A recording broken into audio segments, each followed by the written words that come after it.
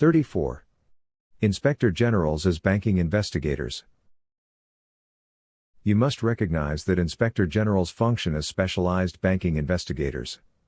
Each Inspector General is tied to a classification of instruments, securities, bonds, or administrative contracts. They do not exist to enforce morality or criminal law but to ensure that banking instruments are processed within lawful parameters. When courts or attorneys mishandle instruments, you may submit evidence to Inspector Generals.